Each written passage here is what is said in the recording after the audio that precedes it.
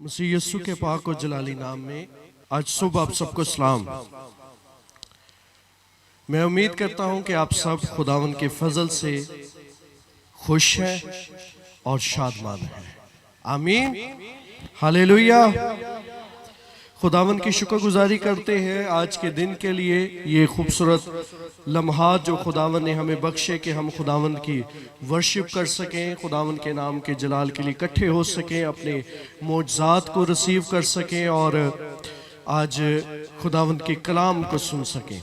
तो ये खुदावन की एक बहुत बड़ी कुदरत और हम पर उसके एक बहुत बड़े फजल का इजहार है कि कलीसिया एक जगह जमा है। आमीन। सो आइए खुदावन के कलाम अक़दस की तरफ बढ़ते हैं। मेसा निकालिए, नया अहदनामा आखिरी किताब, लास्ट बुक है ये, द बुक ऑफ रेवलेशन, मुकाशफा की किताब, दूसरा बाब, उसकी 8वीं आयत से पढ़ेंगे। दूसरा बाब 8वीं आयत से, और यहां पर एक कलीसिया का जिक्र हमें मिलता है। लिखा है,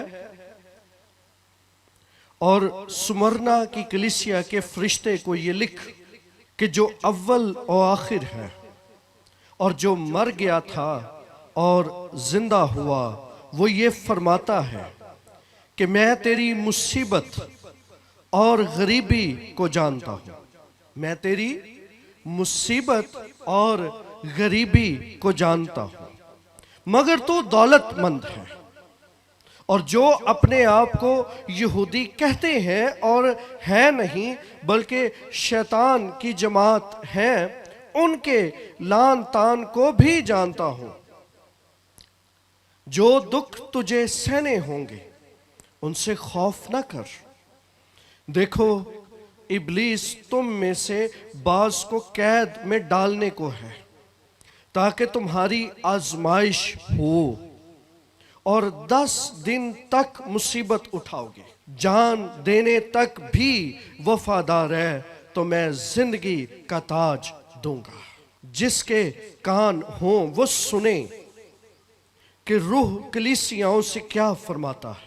जो गालिब आए उसको दूसरी मौत से नुकसान ना पहुंचेगा। पाक कलाम का पढ़ा सुना जाना हम सब के लिए बाइस बरकत हो। आमीन।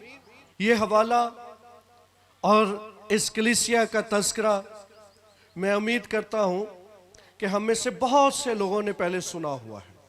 अमूमन लोग इस वाक़े से वाकिफ़ होंगे, इस कलीसिया से वाकिफ़ होंगे। जो ऑनलाइन देख रहे हैं उनसे भी मैं मुखातब हूं कि वो भी इस वाक़े से वाकिफ़ होंगे, जानते होंगे। आज हम चंद एक बातें इसी रेफरेंस में से सीखेंगे और कलाम में से जानेंगे कि बतौर कलीसिया ईमानदारों की जमात को जब खुदा देखता है तो उसमें कौन सी चीज नुमाया होनी चाहिए, कौन सी बात खुदा के लिए जो है जमीन से आसमान तक जिसकी चमक जो है वो पहुंचनी चाहिए। वो चमक, वो शाइन रूए जमीन से आसमान की बुलंदियों तक पहुंचे, और वो बात आज हम कोशिश करेंगे थोड़े टाइम में सीखने की, और वो है वफादारी। आमीन। इस रेफरेंस के अंदर बहुत सी बातें इस कलीसिया के बारे में बताई गई हैं, इनके मसाइल भी बताए गए हैं, इनकी मुश्किल तरीन सिचुएशन भी बताई गई है, इनकी मुसीबतों का जिक्र भी किया गया है, इनके माली बहरानों का जिक्र भी किया गया है। माली हालात भी अच्छे नहीं है, इन्हें डायरेक्ट टाइटल गरीब का दिया गया है, जबकि बाइबल में यह टाइटल बहुत कम इस्तेमाल हुआ है। इस कलीसिया के बारे में लोग कहते थे कि ये गरीब हैं, इनको गरीब का टाइटल दिया हुआ है, लेकिन आसमानी मुकामों में, खुदा के जलाल में, खुदा की किताबे हयात में इनका टाइटल गरीब नहीं है, इनका टाइटल कुछ और ही है, और वो हमें यहां पर मिलता है, मगर तू दौलतमंद है। आमीन। दुनिया के लिए ये गरीब हो सकते हैं, लेकिन आसमानी बाप इनको जानता है और वो जानता है ये नजर तो आम आते हैं, लेकिन असल में ये हकीकी दौलत से लबरेज है। इसलिए खुदा कहता है मगर तू दौलतमंद है। आमीन।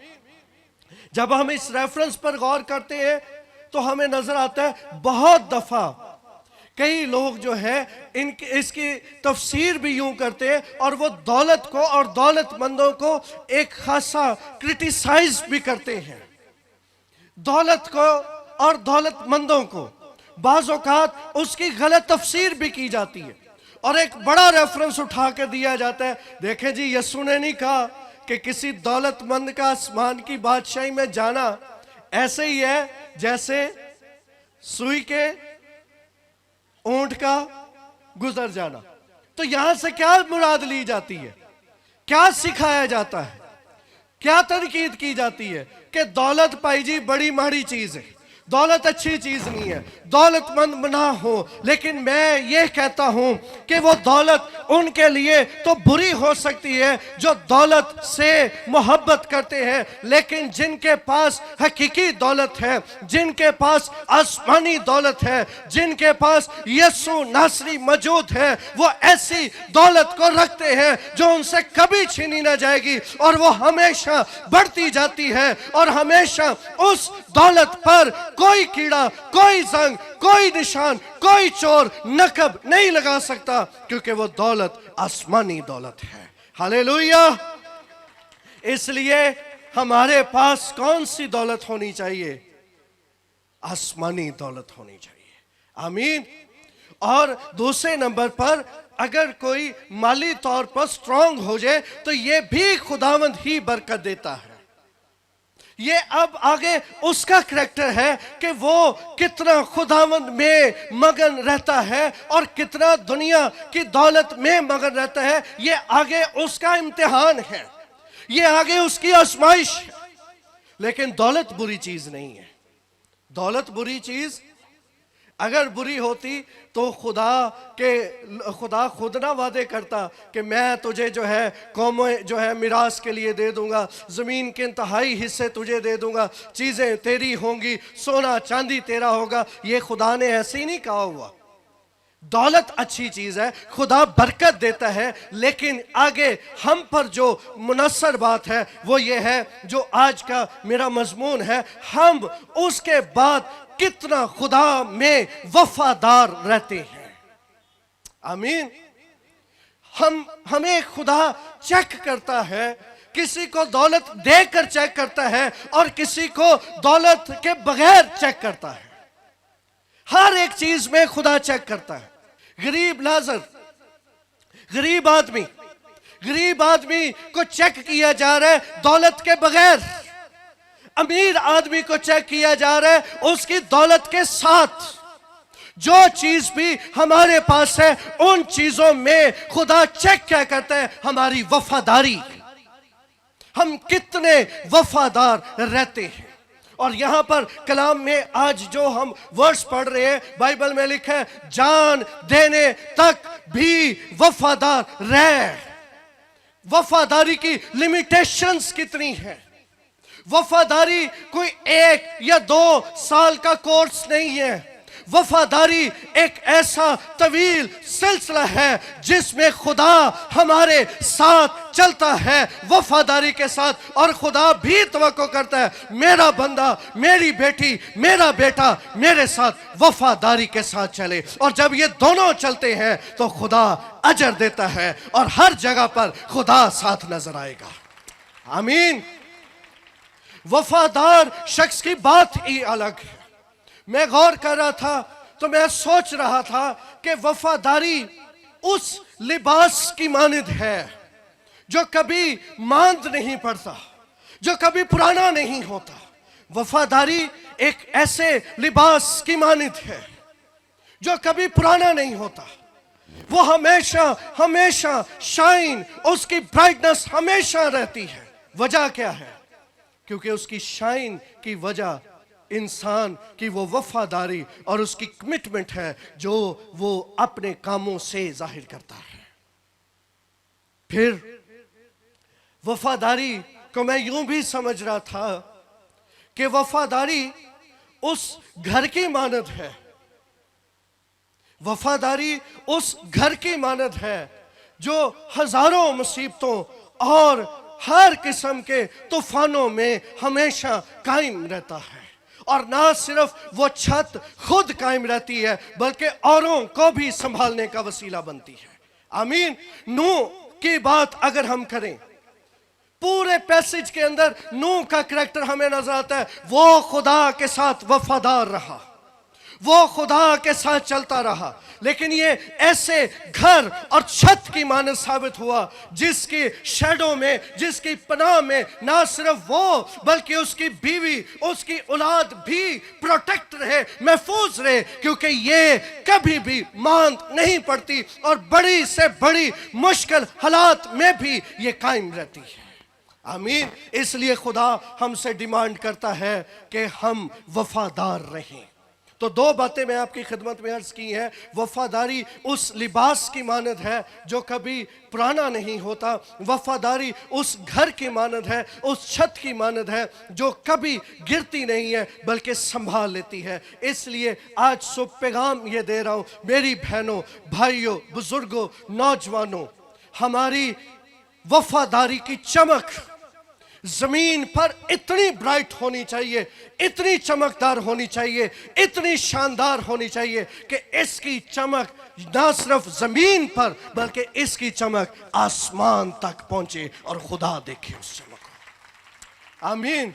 और खुदा आसमान से कह सके इब्लीस को, क्या तूने मेरे वफादार बंदा अय्यूब को देखा? कितना वफादार, कितना सिंसियर, कितना वो मेरे साथ, मेरे कामों, मेरे हुक्मों में मगन रहता है। क्या तूने उस पर नजर की? इब्लीस भी जानता हाँ है, झूठ नहीं कह सकता उसे। कहता हाँ खुदावंद है तो सही वो, लेकिन वो वफादार क्यों है? चीजों की वजह से। खुदा ने कहा चीज़ां दी वजह तो नहीं है, उसका दिल हकीकी तौर पर मेरे साथ लगा हुआ है, इसलिए वो वफादार है। हालेलुया। अय्यूब चीजों की वजह से नहीं, औलाद की वजह से नहीं, रुपए पैसे की वजह से नहीं, दौलत की वजह से नहीं, भेड़ बकरियों की वजह से नहीं, ऊंटों और बैलों की जोड़ियों की वजह से नहीं, बल्कि वो हकीकी तौर पर खुदा के साथ सिंसियर था, इसलिए उसकी वफादारी आसमान तक पहुंची हुई है। आमीन। आज शुभ पैगाम दे रहा हूं, लिमिटेशंस इसकी नहीं है, हाँ इसका एंडिंग पॉइंट जो है वो मरने तक है। और अगर आप 13वीं आयत को पढ़ें तो वहां पर भी एक आपको और शख्स का जिक्र मिलता है। लिखा हुआ है मेरा वफादार शहीद इंतपास। ये 13वीं आयत में आपको एक शख्स का रेफरेंस भी मिल जाएगा और उसके लिए लफ्ज शहीद आया है, मेरा वफादार शहीद इंतपास। इसके बारे में मैं स्टडी कर रहा था तो हिस्टोरियंस बताते हैं कि ये मसीह की इंजील सुनाने पर इतना ज्यादा मगन और सरगर्म था कि इसे एक ही ऑर्डर था, मसीह की इंजील नहीं सुनानी। क्या नहीं सुनानी? मसीह का नाम नहीं लेना, होर जो मर्जी करो, बस की नहीं करना मसीह का नाम। इसने इनकार कर दिया, इसने कहा मसीह का नाम तो लिया ही जाएगा, मसीह के नाम से मैं इनकार नहीं कर सकता क्योंकि मैं अपने खुदा के साथ वफादार हूँ। और हिस्टोरियंस ये बताते हैं इसे उबलते हुए कढ़ा के अंदर जो है इसे वहाँ पर जिंदा डाल दिया गया और वहीं पर इसकी डेथ हो जाती है, लेकिन इसने अपनी वफादारी मरते दम तक जाहिर की। आमीन। मुबारक है वो शख्स, मुबारक है वो नौजवान, मुबारक है वो बेटी, मुबारक है वो शख्स, मुबारक है वो बुजुर्ग जो किसी भी टाइम पर हो, उम्र का कोई भी हिस्सा हो, लेकिन उसके अंदर जुस्तजू ये हो मैं अपने जिंदा खुदा के साथ वफादार हूं। आमीन। कई हजार साल बाद अब्राहम का जिक्र हुआ और अब्राहम का जिक्र जब होता है तो आइए मेरे साथ निकालिए नहमिया की किताब। उसका 9वां बाब, उसकी 7वीं आयत लिखा है, तू वो खुदावंद है जिसने अब्राम को चुन लिया और उसे कसदियों के ऊर से निकाल लाया, उसका नाम अब्राहम रखा। 8वीं आयत गौर कीजिए और अगर हो सके तो इसे अंडरलाइन जरूर कीजिए। लिखा है, तूने उसका दिल अपने हुजूर वफादार पाया। क्या पाया? कई सदियों बाद ये भेद खुदा नेहमिया के वसीले से आश्कार कर रहा है। इससे पहले मूसा, यशवा, कई लीडर्स, कई बादशाह, कई काजी गुजरे, बादशाही निजाम गुजरा, दाऊद, बहुत सारे लीडर्स गुजरे, लेकिन कई सदियों बाद जाकर तो ये भेद खुदावंद का बंदा नेहमिया बयान करता है। कहता है, खुदावंद तूने अपने बंदा अब्राहम का दिल अपने हुजूर क्या पाया? क्या पाया? वफादार। फिर इस वफादारी का अजर क्या मिला? आगे लिखा है, और किनानियों और हितियों और अमूरियों और फिरजियों और यबूसियों और जरजासियों का मुल्क देने का अहद उससे बांधा ताकि उसे उसकी नस्ल को दे। तो खुदावन ने पहले चेक क्या किया? उसका दिल। और दिल को कैसे चेक किया? ये वफादार है या नहीं है। और वफादारी देखने के बाद खुदा ने उसे अजर दिया और रिवार्ड क्या दिया? खुदा उसे बड़ी मिरास देता है। आमीन। आज सुबह पैगाम ये दे रहा हूं, जो शख्स भी खुदावंद में वफादार रहता है, याद रखिए उसकी मिरास खुदावंद की तरफ से यकीनी होगी। आमीन। उसकी मिरास कोई छीन नहीं सकता, उसकी मिरास हमेशा कायम रहती है। वजह क्या है? क्योंकि खुदा वफादारी चेक करता है। खुदा ये नहीं चेक करता कि आपकी उम्र कितनी है, आप कितनी उम्र के हो गए हैं, कितना अच्छा बोल सकते हैं, कितना अच्छा गा सकते हैं, कितना अच्छा जो है चलते फिरते हैं, क्या आपके स्टाइल्स हैं। खुदा इनको नहीं, खुदा दिल पर नजर करता है। और खुदा देखता क्या है? वफादारी। खुदा ने अब्राहम का दिल देखा और दिल में देखा क्या? ये बंदा मेरे साथ वफादार है। और मैं सोचता हूं कभी कभी कि वाकया ही ये एक बहुत मुश्किल और बहुत टफ लम्हा था कि 24 साल उसने औलाद के इंतजार में वक्त गुजार दिया, सिर्फ एक वादे का यकीन करके, एक कलाम जो उसको मिल गया और उसी पर वो कायम रहा। आज तो लोग हर इतवार सुनते हैं और पिछले इतवार का कलाम अगले इतवार भूले होते हैं, लेकिन अब्राहम ने एक कलाम पर 24 साल जिंदगी गुजार दी। एक कलाम की उसने इतनी पासदारी की, उसी पर कायम रहा, अटल रहा और इंतजार किया कि खुदा जो वादों का सच्चा खुदा है, जिस खुदा ने कलाम कर दिया है, वो कलाम जरूर पूरा होगा। हालेलुया। और ये वफादारी देखकर खुदा ने कहा, जा मैं तुझे नस्ल भी दूंगा और जमीन के इंतहाई हिस्से भी तेरी मलकियत हो जाएंगे। हालेलुया। औलाद भी मिलेगी, जमीन भी मिल जाएगी, हर एक चीज मिलेगी। तुझे किसी बात की फिक्र करने की जरूरत नहीं है। तू वफादार है, तेरी वफादारी 24 साल की है, मेरी वफादारी सदियों के साथ तेरे साथ रहेगी। हालेलुया। ऐ तेरे 24 साल वफादारी शो की, इसके बाद भी रहा, लेकिन खुदा की वफादारी सदियों पर मुहित है। हालेलुया। खुदा इतना अजीम खुदा है, खुदावन की वफादारी उत्तम है। खुदावन की वफादारी, अगर कोई उस वफादारी में आ जाए, वो एंजॉय करेगा, वो हर हाल में खुदा को देखेगा, वो हर सिचुएशन में खुदा को देखेगा और जानेगा कि खुदा मेरी वफादारी तो एक तरफ, लेकिन तू कितना वफादार है।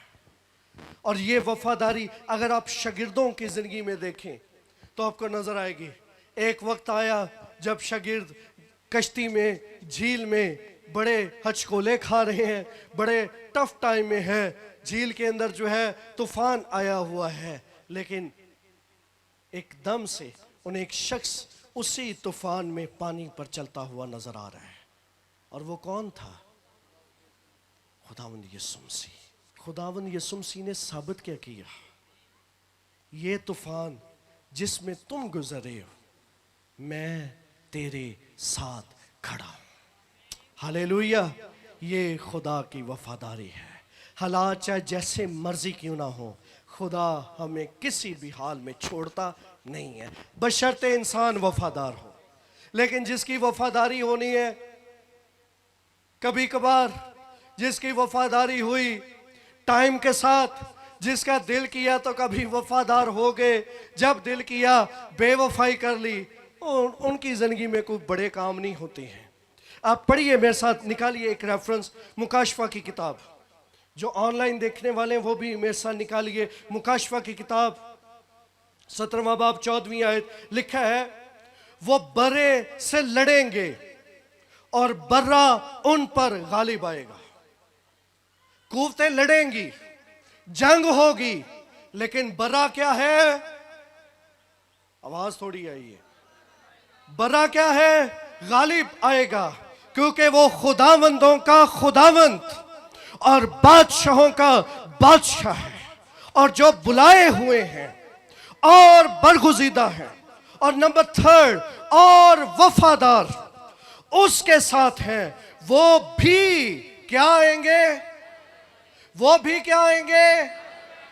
जैसे खुदा गालिब आया, वैसे ही वो सब भी गालिब आएंगे जो खुदा के साथ वफादार रहते हैं। हालेलुया। वफादारी कोई छोटी चीज नहीं है। वफादारी पर मुश्किल आ सकते हैं, मैं ये नहीं कह रहा मुश्किल आएगी नहीं, मुश्किलें हो सकता डबल आए, हो सकता ट्रिपल आए, लेकिन याद रखिए उनमें फतह हमारी है, क्योंकि हम बड़े के साथ गालिब आए हैं। हर किस्म की मुश्किल हो, हालात चाहे टफ हो, चैलेंजेस हमारे सामने हो, बीमारी हो सकती है, तंगदस्ती हो सकती है, बेरोजगारी हो सकती है, लेकिन याद रखिए वफादार रहने वाले हमेशा गालिब आएंगे। हालेलुया। इसलिए आज का मैसेज ये है, मुझे क्या बनना है? खुदा का। खुदा का क्या बनना है? खुदा का क्या बनना है? इस बात को दिल में रखिए और इस पर अमल भी कीजिए कि मैं खुदा का वफादार हो जाऊं। साम्स 89, ज़बूर 99, सबसे ज्यादा एक चैप्टर या एक ज़बूर जिसके अंदर वफादारी को बड़ा टाइटल जो है वो दिया गया है, जिसके अंदर बार बार जिक्र वफादारी का है, वो है ज़बूर 99, 89 ज़बूर। उसके अंदर उर्दू ट्रांसलेशन में 5 मर्तबा लफ्ज वफादार आया है और 3 डायमेंशंस में इसका जिक्र हुआ है। और ये ज़बूर नवीस कहता है, नस्लें भी इकरार करेंगी कि खुदा वफादार है। आमीन। दूसरे नंबर पर जमात की बात की जा रही है कि वफादारी का ऐलान किया जाएगा। नंबर 3 डायमेंशन उसकी बताई जा रही है, पर्सनल तौर पर इंसान इकरार करेगा कि हालात तो बड़े मुश्किल थे, लेकिन खुदा मेरे साथ वफादार रहा है। हालेलुया। खुदा तो वफादार है, लेकिन आज सुबह पैगाम में ये दे रहा हूं, क्या हम भी वफादार हैं या नहीं है? और आखिरी बात कहना चाहता हूं, हम दावे बड़े करते हैं कि खुदा के साथ वफादार है। अभी अगर मैं कहूँ हाथ खड़े कीजिए कौन कौन खुदा के साथ वफादार है, तो हो सकता है हम सबके हाथ ऊपर हों, बच्चों के भी बड़ों के भी। लेकिन आखिरी बात और गौर तलब बात ये कहना चाहता हूँ, खुदा के साथ वफादारी प्रूफ होती है तब जब हम खुदा की क्रिएशन के साथ भी वफादार होते हैं। जो कोई इंसानों के साथ वफादार नहीं है, याद रखिए खुदा की वफादारी उसमें नहीं है। शौहर बीवी के साथ वफादार हो, बीवी शौहर के साथ वफादार हो, इट्स मीन कि ये खुदा के भी वफादार हैं। औलाद पेरेंट्स के साथ वफादार है, इट्स मीन कि वो खुदा से भी वफादार होंगे। खिदमत करने वाला अपने मालिक के अगर ताबे है, वफादार है, तो समझिए वो खुदा का भी वफादार है। कैसे पोतीफर को पता चलता है कि यूसुफ खुदा का वफादार है? इसमें खुदा की रूह काम करती है, क्योंकि वो उसके सारे घर और उसके सारे काम में वफादार साबित होता है। सब कुछ उसके ताबे था। साडे वर्गा हुंदा उहने कहना सी हुण ही ते लाटरी लगी है, हुण ही ते साडे लिए इत्थे अमरीका बनिया जी, हुण ही ते साडे लिए आसमान खुलिया। ऐ वेखो खुदा दी बरकतां। ते भावें बंदा दा ही लांदा होए ते की कहीदा ओनू? और ये कोई वफादारी नहीं है, ये कोई बरकत नहीं है। असल में यहीं पर तो चेक किया जा रहा है कि क्या तू वफादार है या नहीं। मजेदारी तब है जब कोई देखने वाला ना हो, कोई महसूस करने वाला ना हो, कोई शख्स मौजूद ना हो, लेकिन तब भी हमारी वफादारी डंके की चोट पर हमारी नजर आए, तब वफादारी जो है ये असल है। और ये वो वफादारी है जो खुदा हमसे चाहता है। हालेलुया। आज तो होता ही है, मालिक का ध्यान इधर हुआ और साइड से चीजें ते पता की चलना है, खुदावंद असी तेरे बड़े। वो कहना तो यहूदा इस्करियोती भी बथेरा सी कि मैं खुदावंद तेरा क्या हूं। सारे जब कहते होंगे खुदावंद असी तेरे नाल मरन लिए भी तैयार हां, यहूदा भी नारे लांदा होना है, यहूदा भी कहता होगा और यसु तीनों असी नहीं छड़ दे। लेकिन ये पता ही नहीं है कि जिस उस्ताद और जिस खुदावंद की वजह से उसका रुतबा था, एंड पर उसी हुई को बेच आया, तो वफादार ना वो निकला। लेकिन आप गौर कीजिए पौलुस रसूल की जिंदगी पर, आप बड़े बड़े लीडर्स को देखिए, वो वफादारी अपनी कैसे शो करते हैं, खुदा के साथ भी और इंसानों के साथ भी। आमीन आमीन। तो मुबारक हैं वो जिंदगियां जो खुदा के साथ भी वफादार हैं और इंसानों के साथ भी क्या है, इंसानों के साथ भी। खुदावंद तौफीक दे कि हम इन बातों पर अमल कर सकें। और ये वफादारी हम में तब तक नजर आनी चाहिए जब तक एंड नहीं हो जाता। और आखिरी बात है जो हमने टेक्स्ट में पढ़ी, लिखा है जो गालिब आएगा, जो वफादार रहेगा। बाइबल में एक और उसकी बरकत लिखी हुई है, एक तो ताज मिलेगा और दूसरी बरकत क्या लिखी हुई है, उस पर दूसरी मौत असर। दूसरी मौत होने थे, दूसरी मौत कौन सी है? एक तो ये तबीयी मौत है, एक है हमेशा की मौत।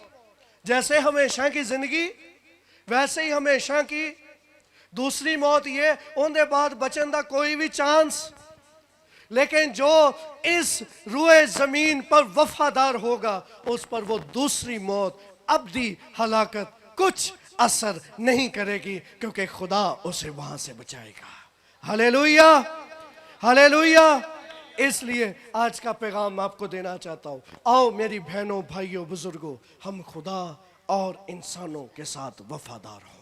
आमीन। अगर आप चाहते हैं कि आप 24 घंटे खुदा के खादिम पास्टर शहजाद के साथ राब्ते में रहें और खुदा का खादिम आपके लिए दुआ करे, तो आप हमारे इस YouTube चैनल को, जो कि पास्टर शहजाद सदीक ऑफिशियल के नाम से है, इसे सब्सक्राइब करें और बेल आइकन को भी प्रेस करें। God bless you all.